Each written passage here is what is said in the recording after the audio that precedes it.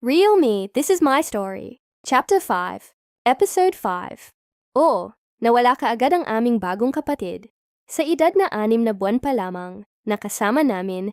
Malungkot kasi, nakasama na namin siya mahal na namin. Pero binawian kaagad siya ng buhay. Kahit may nawawala sa amin, kailangan pa ring ipagpatuloy ang buhay, kahit masakit. Magpapakatatag, mapapaghandaan, at maging matapang na harapin kung ano na namang pagsubok para sa amin. Ganyan na ako mag-iisip noon. Walang ibang nagpapasaya sa akin, kundi pamilya ko lang. Sa taong 1982, 13 years old na ako. Ito yung taon na dapat first year high school na ako. Lagi kasi kaming kinakapos sa pera, kaya hindi kami makapag-aral. Pamumuhay namin, ganun pa rin walang pagbabago. Kahit na lumipat na kami, pare-pareho lang, araw-araw kailangang kumayod. At hindi pwedeng magpahinga.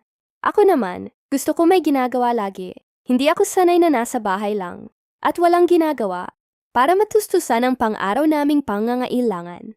Kasi kahit nag-aaral pa ako sa elementary noon, pag walang pasok doon ako lagi sa palayan, mamumulot ng palay.